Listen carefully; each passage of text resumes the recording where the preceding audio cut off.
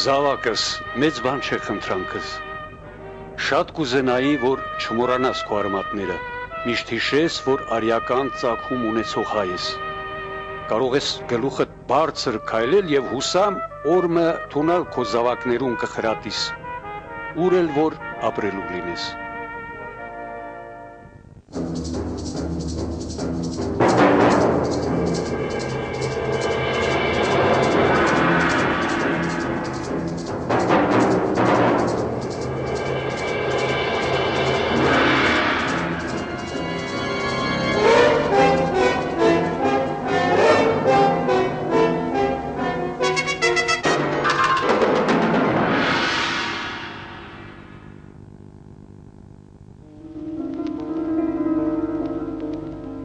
Արտաշես Աբեղյանը ծնվել է 1878 թվականին Նախիջևանի Աստապատ գյուղում։ Ծխական դպրոց հաճախելու տարիներին 1884-ից 87 թվականները նրան կանչում էին Մկրտիչ Խաչատրյան, հետագայում ինքնակենսագրության մեջ կնշի։ Տարիներ հետո, երբ ինձ համար ծննդյան վկայական պիտի հանեինք, նոր երևաց, որ ինձ մկրտող քահանան Արտաշես է մակագրել անունս իր մատյանում, իսկ ծնողներս Մկրտիչ են կոչել հանգուցյալ հորեղբորս պատվին։ Ընտանիքում կրթության հարգը գիտեին, եւ դարձյալ իր խոսքով ամենքը դպրոց հաճախած են գրի սև ու սպիտակին ծանոթացած։ 1887-ից ուսումը շարունակում է Շուշիի թեմական դպրոցում։ Նրա կյանքում մեծ դեր է խաղում հորեղբայրը Մանուկ Աբեղյանը, որին էլ հայրը հանձնարարել էր հոգալ որդու ուսումը։ Ապագա մեծանուն լեզվաբան գրականագետը, որ այդ տարիներին ուսուցիչ էր Թիֆլիսի Հովնանյան դպրոցում, 1890-ին պատանի Արտաշեսին տանում է իր հետ եւ ընդունել տալիս տեղի Ներսիսյան դպրոցը։ Այստեղ մի քանի ընկերներով կազմում են Հայկազյան ընկերություն աշակերտական գաղտնի խմբակը, որտեղ եւ սկիզբ է առնում ծանոթությունը ազգային խնդիրներին։ Ներսիսյան դպրոցը բարձր առաջադիմությամբ ավարտած եղբորորդուն արդեն Գևորգյան ճեմարան տեղափոխված Մանուկ Աբեղյանը հրավիրում է Էջմիածին։ Այստեղ հորեղբորից բացի նրա ուսուցիչներն էին Պերճ Պրոշյանը, Ստեփանոս Մալխասյանը, Հովանես Հովանեսյանը։ Ճեմարանն ավարտելուց հետո նա մեկնում է Շուշի, որտեղ 1 տարի հայոց լեզու է դասավանդում տեղի թեմական դպրոցում, զբաղվում բանահավաքչությամբ։ 1899-ին Մոկաց եւ Արարատյան բարբառներով գրի է առնում հայկական ժողովրդական էպոսի 2 տարբերակ՝ Սասնածռեր եւ Թլվատ Դավիթ, որոնք հետագայում տպագրվում են։ Հաջորդը աշխուղական եւ ժողովրդական երգերի հանելուկների փունջն էր, որը տպագրվում է Լումայի էջերում։ Այսուհանդերձ ստացած կրթությունը նա թերի է համարում եւ 1900 թվականին Կարապետ Վարդապետի միջնորդությամբ եւ մի քանի գերմանացի գիտնականների նյութական օժանդակությամբ մեկնում է Եվրոպա, ուսանում Մարբուրգի, Բերլինի եւ Լայպցիգի համալսարանների պատմաաստվածաբանական եւ փիլիսոփայական մասնաճյուղերում, յուրացնում մի քանի հին արևելյան լեզուներ։ Մասնակցած է ուսանողական ընկերությունների, հաճախած են պրոֆեսոր Ռադեի հավաքույթներին իր տանը եւ ուրիշ համախմբումների։ Ինքնակենսագրության մեջ նշում է Արտաշես Աբեղյանը։ Նույն բուհում էին կրթություն ստանում նաեւ Ստեփան Շահումյանը, Սարգիս Կասյանը, որոնք հետագայում տարբեր դերեր պիտի ստանձնեին հայության կյանքում։ Ապագա գիտնականն ավարտական քննություններից առաջ մի քանի ամսով մեկնում է Լոնդոն, որտեղ հանդիպում է Ռաֆու այրուն, Աննային եւ 2 որդիներին, որոնց հետ սովորել էր Ներսիսյան դպրոցում։ 1904 թվականին Մարբուրգի համալսարանն ավարտած Արտաշես Աբեղյանի դոկտորական թեզը նվիրված էր Աստվածաշնչի հին հայերեն թարգմանությանը։ Աշխատության առաջին մասն առանցին գրքով 1906 թվականին լույս տեսավ գերմաներեն։ Այդ ամփոփ, բայց հմտալից գործով հեղինակը խղճմտորեն քննության կենթարկել է զանազան պարագաներն ու այդ օրվա տարապայման կացությունը, որոնք ծնունդ առած են մեր թարգմանական գրականության փառքը հանդիսացող գործին, հայերեն Աստվածաշունչին։ Հայրենիք օրաթերթ, Բոստոն։ Գերմանիայում ուսանելու տարիներին Արտաշես Աբեղյանը թղթակցում է հայ մամուլին։ 1902-ին Լայպցիգից Լումայի խմբագրությանն է ուղարկում Ֆրիդրիխ Բոդենշտետ Խաչատուր Աբովյանի մասին գրությունը,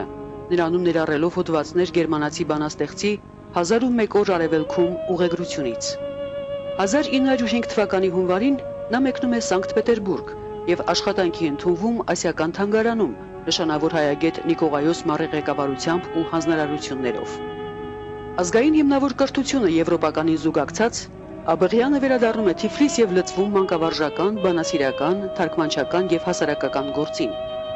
Նա մինչև 1919 թվականը տարբեր պատասխանատու պաշտոններ է վարում Ներսիսյան դպրոցում, Հովնանյան օրիորդաց վարժարանում եւ պետական գիմնազիաներում։ Նրա մշակած կրթեղանակով դասավանդվում են հայոց լեզու, գերմաներեն, կրոնի պատմություն, աշխարհագրություն։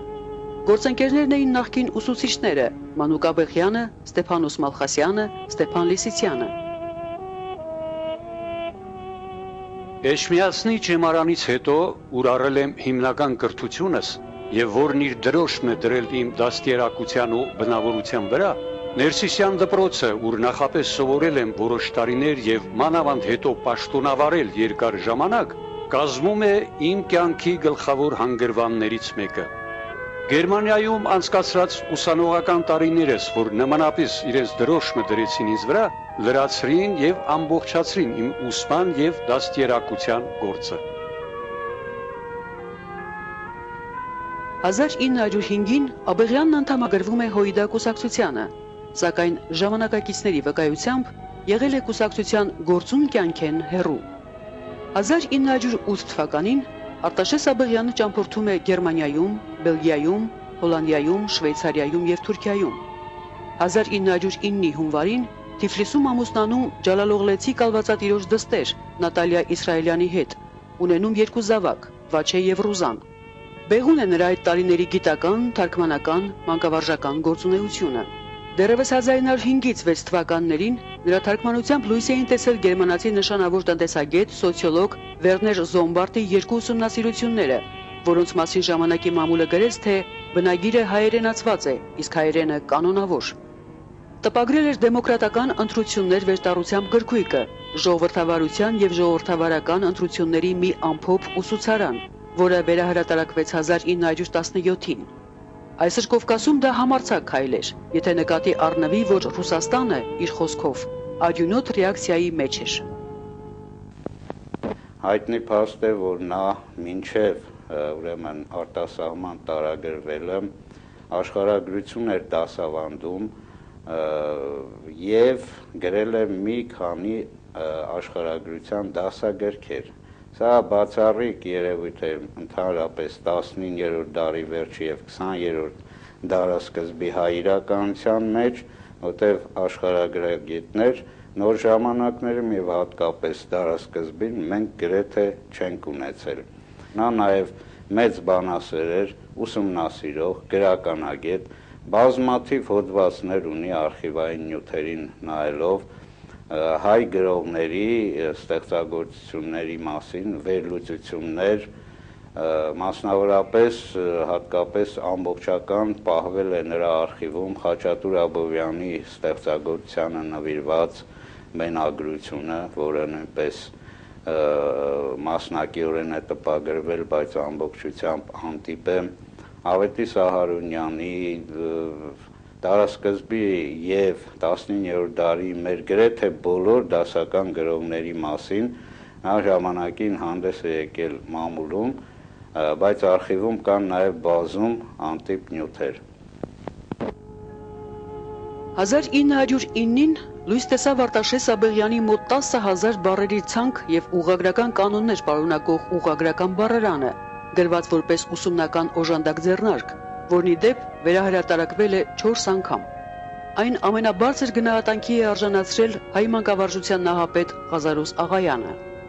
Արժեքավոր են նրա կազմած դասագրքերն ու ձեռնարկները, հատկապես Հայաստանի աշխարհագրությունը, որտեղ զուգակցելով հայրենի երկրի հին ու նոր պատմական աշխարհագրությունը, առաջին անգամ օգտագործել է գունավոր քարտեզներ։ Ձեռնարկը վերահրատարակվել է 5 անգամ։ Գունավոր տպագրությամբ է նաև նրա կազմած Հայաստանի մեծադիր քարտեզը, ըստ Լինչի եւ Օսվալդի։ Այս քարտեզում նկատվում է շատ ճաշակավոր դասավորում եւ նուրբ զննողական կարողություն, որը եւ տվել է մի շատ վայելուչ ամբողջություն։ Նա ամենալիակատարն է մինչև այժմ լույս տեսածներից։ Այսպիսով հայրենագիտության համար մենք մի գեղեցիկ ձեռնարկ ունենք, եւ որքան նա շատ տարածվի, այնքան այդ հանգամանքը ապացույց կդառնա, թե ավելի պարտաճանաչ ենք դառնում մեր հայրենիքի վերաբերմամբ։ Լեո։ Հայաստանի անկախության հռչակումից հետո Արտաշես Աբեղյանը Թիֆլիսից գալիս է Երևան, նպատակ ունենալով իր իմացությունը ծառայեցնել մանուկ հանրապետության ձևավորմանն ու կայացմանը, ընտրվում է խորհրդարանի անդամ։ Սակայն էության վնագրչի մարդ էր եւ չէր կարող կտրվել գիտական, բանասիրական աշխատանքից։ Ուստի շարունակում է հանդես գալ հառաչի էջերում, գրում հրապարակախոսական հոդվածներ։ Ժամանակակիցներից Թիֆթիվնճյանը ազդարարի 162-րդ համարում գրում է.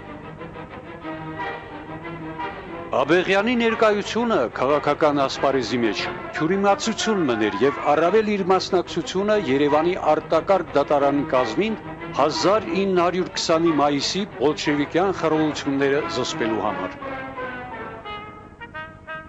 Հայաստանի խորհրդայնացման օրը 1920 թվականի դեկտեմբերի 2-ին Արտաշես Աբեղյանը մի քանի ընկերներով Երևանից հեռանում է Թիֆլիս,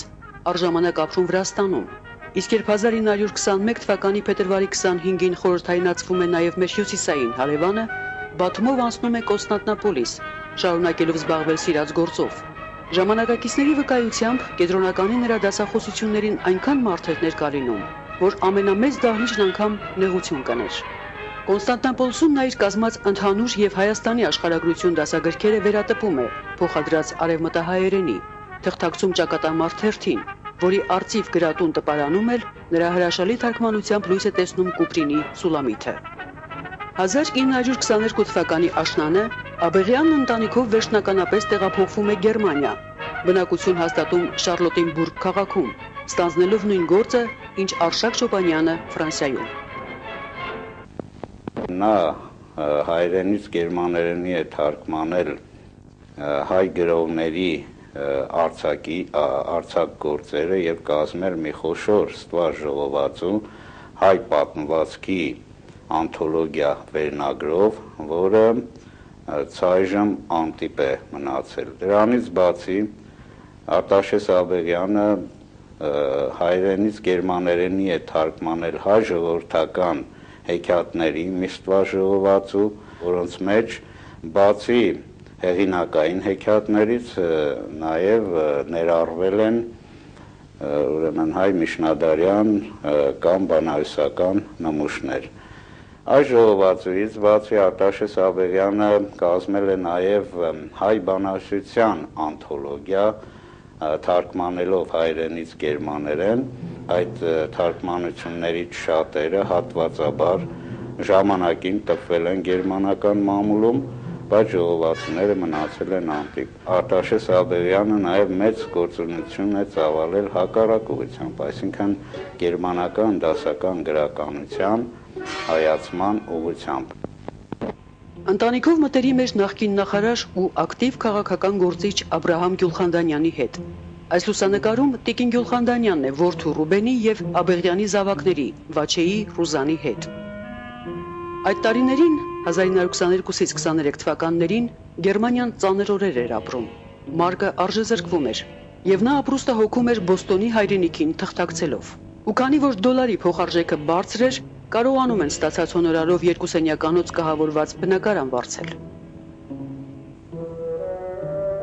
Հայրենիքից ստանում էի 15-20 դոլար, որով երեխաներիս կրթության հարցն էի լուծում։ Սակայն շուտով ավելացավ բնակարանի վարձը, մթերքը սկսեց չափից դուրս թանկանալ եւ ստիպված էի 2 սենյակս փոխարինել մեկով եւ վարձել ծխախոտի մի փոքրիկ խանութ, որից ստացած եկամուտը թեև չնչին էր, սակայն հնարավոր էր ապրել։ 1925 թվականին Աբեղյանը դիմում է Պրուսիայի կրթական նախարարին, առաջարկելով Բերլինի համալսարանին կից արևելյան լեզուների սեմինարի ծրագրում ընդգրկել նաև հայոց լեզուն։ Նրա դիմումը պաշտպանում են մի քանի անվանի գիտնականներ։ 1 տարի անց ստացվում է դրական պատասխան, իսկ Աբեղյանին նշանակում են հայերենի դասախոս։ 1928 թվականին նրա մեկ այլ դիմումի համաձայն Բերլինի քաղաքային վարչությունը նորաբաց փողոցներից մեկին տալիս է հայկական փողոց անունը՝ Արմենիխշտրասե։ Տարիների գործունեությունը տալիս է իր արդյունքը։ Նա այնպիսի հեղինակություն էր դարձել, որ ընտրում են Գերմանիայի գրողների միության անդամ, Գերմանիայի հայ գաղութային միության վարչության նախագահ։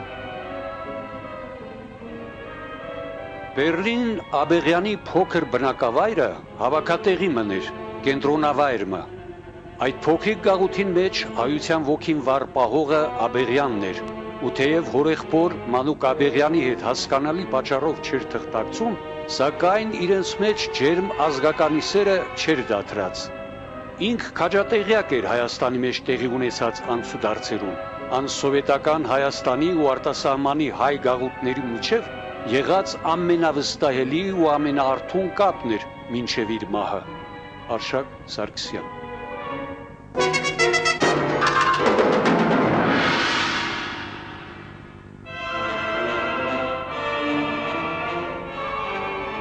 Գերմանիայի իշխանության գլուխ նացիստներն էին, ու երբ հակահրեականի հետ մեկտեղ թափ առավ հակահայ շարժումը, հերթական դեկրետը ծանուցեց, որ բոլոր ոչ արիական հավաքականությունները, գլխավորաբար սեմական ժողովուրդները, պիտի հեռանան Գերմանիայից, մանավանդ հայերը, որոնք իբր թե ցեղայնորեն մոտ են հրեությանը։ Անակնկալի եկած 5-ից 7,000 գերմանաբնակ հայերը չգիտեին իրենց անելիքը։ Առաջին քայլը ձեռնարկողը եղավ Արտաշես Աբեղյանը, մոտ լինելով միջազգային ճանաչում գտած գերմանացի գիտնականներին, պատմաբաններին եւ մշակութային գործիչներին, օգտագործելով հայ-գերմանական կապերն ու մշակութային միությունների հնարավորությունները, նա անմիջապես նախաձեռնեց հանդիպումներ, վիճարկելով հակագիտական ու վտանգավոր այդ տեսակետը։ Արտաշես Աբեղյանի եւ իր գործընկերների քրտաջան աշխատանքից հետո լույս տեսան բազմաթիվ հոդվածներ, որոնք գիտականորեն հերքում էին Թուրքիայի եւ թուրքամետ գերմանացի պրոֆեսորների կողմից առաջ քաշված փաստերը, գրվում են նաեւ բազմաթիվ գիտական աշխատանքներ, գրքեր, այնպիսի գրքերից են, ինչպիսիք ուրեմն հայերը արիացիները 34 թվականին հրատարակված, 36 թվականին հրատարակված գերմանական արիական պետության արևելյան դարպասների պահապաններ գիրքը եւ մի շարք այլ բազմաթիվ աշխատություններ։ Այս գրքերը եւ հերքումները ընդունվում են գերմանական գերատեսչության կողմից եւ հակահայկական հիստերիան ամբողջովին թուլանում եւ գրեթե վերանում է։ Արդյունքը եղավ այն, որ գերմանական մամուլում դադարեց հակահայ քարոզչությունը։ Նացիստական տեղեկատվական ապարատում հայության ցակումնաբանությունը արիական ցեղախմբի անվանացանկի մեջ առնվեց եւ այբենական դասավորությամբ առաջինն էր։ Քարոզչական նախարարության հրահանգով այդ ցանկը բաժանվեց գերմանական ոստիկանությանը։ Միաժամանակ Գերմանիայի հայ բնակչությանը տրամադրվեցին վկայագրեր, որոնցով հատկանշվում էր նրանց արիականությունը, որը եւ անձեռնմխելիության երաշխիք դարձավ։ Սակայն անելիք շատ կար։ Աբեղյանը միայնակ չէր գործում եւ ուներ աջակիցներ, այդուհանդերձ ջանում էր ընդլայնել համախոհների շրջանակը։ Դոկտոր Ռոհերբախից նա տեղեկանում է Նժդեհի այդ շրջանի նախաձեռնումների մասին, նամակագրություն հաստատում։ Հատված 1941-ի դեկտեմբերի 4 թվագրությամբ նամակից։ Շատ ուրախ եմ, որ իմ տպավորությունները լավ են ըստ ամենայնի։ Ժամանակները շատ լուրջ են եւ անհրաժեշտ է ուժերի համախմբում։ Սպասենք ու հուսանք, որ մեր սիրելի հայրենիքը, նաեւ մեր բնակավար Նախիջևանը լավ օրեր տեսնեն շուտով եւ մենք արժանանանք նրանց տեսության։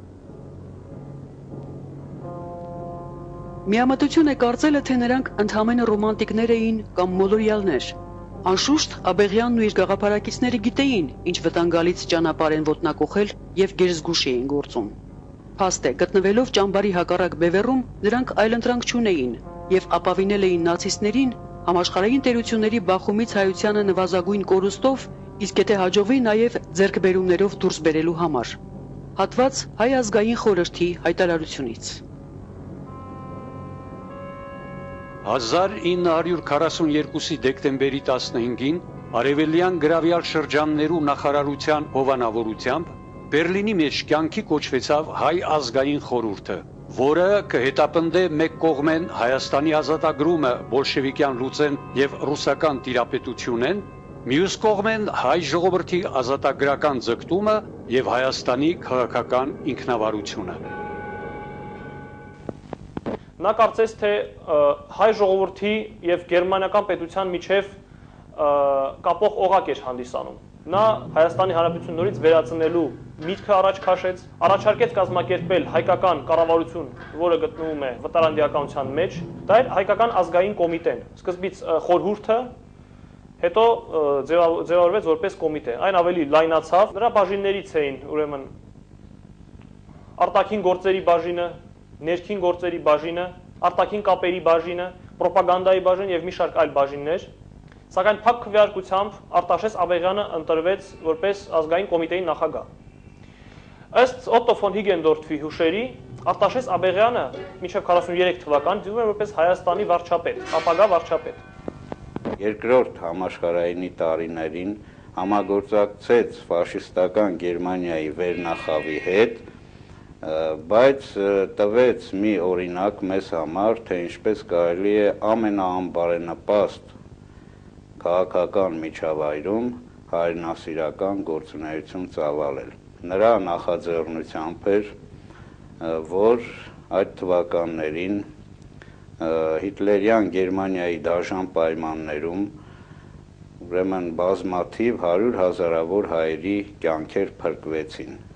Մենք գիտենք, որ մի կյանք փրկելը դա մարդու կյանքը իմաստավորում է, իսկ Արտաշես Աբեղյանը 100,000-ավոր հայերի կյանք էր փրկել։ Այսպիսով, հայկական ազգային կոմիտեն, որի կազմում էին կամ որի հետ սերտ համագործակցում էին Գարեգին Նժդեհը, Դրոն, Աբրահամ Գյուլխանդանյանը, Տիգրան Բաղդասարյանը, Վահան Փափազյանը, Դավիթ Դավիթխանյանը ու էլի շատեր, պիտի դառնար պատերազմից հետո ստեղծվելիք անկախ Հայաստանի կառավարության կորիզը, իսկ մոտ 30,000 հայորդի հավաքած ազգային լեգիոնները ապագա բանակի հիմքը։ Ինչ կլիներ պատերազմից հետո դժվար է ասել, բայց որ այս ճանապարհով շնորհիվ Արտաշես Աբեղյանի ղեկավարած հայկական կոմիտեի հազարավոր հայերի կյանքեր փրկվեցին, անհերքելի է, եւ ոչ միայն կյանքեր։ Քարոզչական նախարար Գեբելսի թեթև ձեռքով թալանվել էր Փարիզի Պողոս Նուբարի հիմնած Նուբարյան մատենադարան թանգարանը, որտեղ բարերարնի պահ էր տվել բազում հոգևոր գանձեր, ավելի քան 300,000 միավոր նյութ։ Լուրը ստանալուն պես Գերմանիայից մեկնելով Փարիզ, Աբեղյանը կարողանում է կասեցնել թալանը, իսկ պատերազմից հետո էլ հաջողվում է վերադարձնել հափշտակված ձեռագրերը։ Երկրորդ համաշխարհայինի սկզբնական շրջանում Գերմանիայի գործերը լավ էին ընթանում, եւ արևելյան ազատագրված տարածքների գերատեսչության ղեկավար Ռոզենբերգի անունից շռայլ խոստումներ էին արվում դաշնակիցներին։ Իդեպ, այդ գերատեսչությունում հայկական կոմիտեի ներկայացուցիչն էր Արտաշեսի որդին, Վաչե Աբեղյանը։ Ռոզենբերգը կազմակերպում է մի խումբ, որը ազգային հարցերով եւ ազատագրումից հետո առաջ է քաշում Հայաստան առանձին ռեյխսկոմիսարիատի գաղափարը։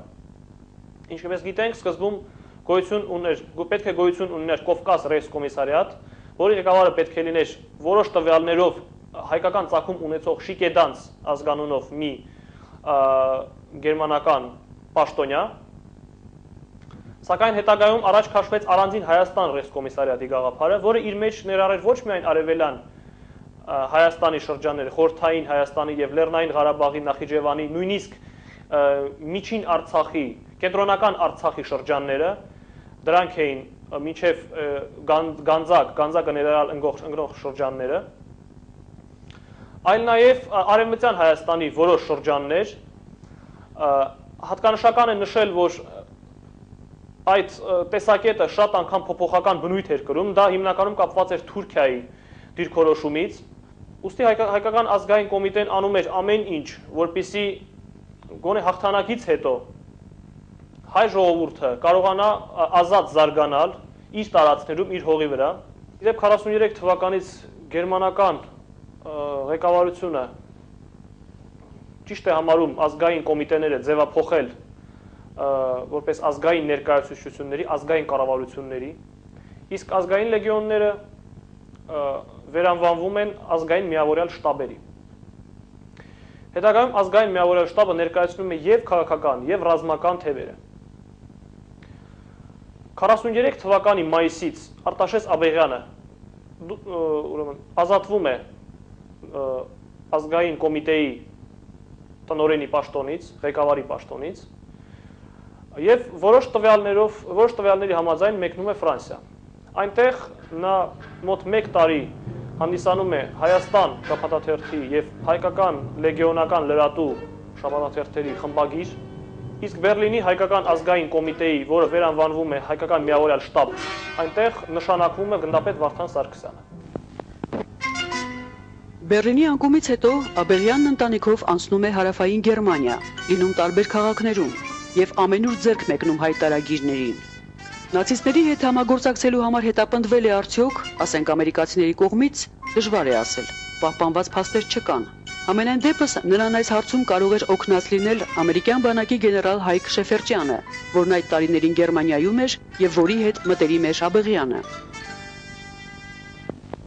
Արտաշես Աբեղյանը իր երեխաներին լավ կրթություն է տվել։ Տղան Վաչե, նրա մասին տվյալները կծկտուր են, ճարտարապետ է եղել եւ մահացել է 1 տարի անց հորից հետո։ Ռոզան Աբեղյանը պատերազմից հետո Գերմանիայում թարգմանիչ էր աշխատում եւ գրասենյակի վարիչ ճամբարում, որտեղ հավաքված էին մոտ 3000 հայեր, որոնց խումբ ուղարկում էին Ամերիկա։ Տիկին Ռուզանի կյանքի գերագույն նպատակն էր իր հայրիկի արխիվը բերել Հայաստան։ Առաջին անգամ նա եկավ Երևան 1966 թվին, դիմեց այդ նման խնդրանքով, բայց համաձայնություն չստացավ։ Երկրորդ անգամ նա եկավ Հայաստան 1986 թվին իր 2 աղջիկների հետ եւ այս անգամ համաձայնվեցին ընդունել գրական ժառանգություն Արտաշես Աբեղյանի։ Նա այնուհետև փոստով մի քանի արկղներով ուղարկեց այդ ամենը գրականության եւ արվեստի թանգարան։ Արտաշես Աբեղյանի վերջնական հանգրվանը դարձավ Բավարիայի մայրաքաղաք Մյունխենը, որի համալսարանի փիլիսոփայական մասնաճյուղում դասավանդում էր հայոց լեզու, գրաբար եւ աշխարհաբար։ Այստեղ էլ նա 1955 թվականի մարտի 13-ին ավարտեց ստեղծագործական վերելքներով, նյութական զրկանքներով, տագնապներով ու վտանգներով լի իր կյանքը։ Անձրևոտ, փոթորկոտ տխուրորմը օտար հողին հանձնեցինք մեր սիրելիին, Արտաշես Աբեղյանի հոգնատանջ ու հայրենակարոտ մարմինը։ Չունեինք բուրմը հայրենի հողեն իր դագաղին վրա շախ տալու համար։ Դարաբաղ այրին տասնամյակներ առաջ Լորիեն քիչմը ծաղիկ բերած էր, որ չորացրած էր եւ այդ ծաղիկն էր, որ ցանեցին դագաղի վրա,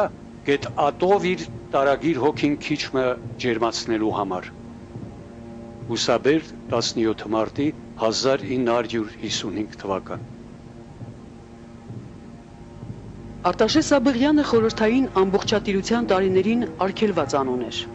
Եթե գիտական նեղ շրջանակներում խոսում էին էլ, ապա զգուշորեն, թաքուն եւ կամ քննադատելու, վարկաբեկելու, վաստակը նսեմացնելու համար։ 1982-ին է լույս տեսել Սույն գրքույկը, որի հեղինակը Ռոբերտ Արամայիսի Մարտիրոսյանն է եւ ունի այսպիսի անվանում. Դաշնակցության հակաժողովրդական գործունեությունը երկրորդ համաշխարհային պատերազմի տարիներին։ Մեր ժողովրդի կյանքում ակնառու դերակատարություն ունեցած անձանց չվիրավորելու համար նպատակահարմար չէ կրկնել այն մագդիրները, որոնցով գրածոյի հեղինակը բնութագրում է Գարեգին Նժդեհին, Դրաստամատ Կանայանին, Ալեքսանդր Խատիսյանին, Աբրահամ Գյուլխանդանյանին, Հայկ Ասատրյանին, Արտաշես Աբեղյանին եւ այլոց։ Բարեբախտաբար այսօր այլ ժամանակներ են։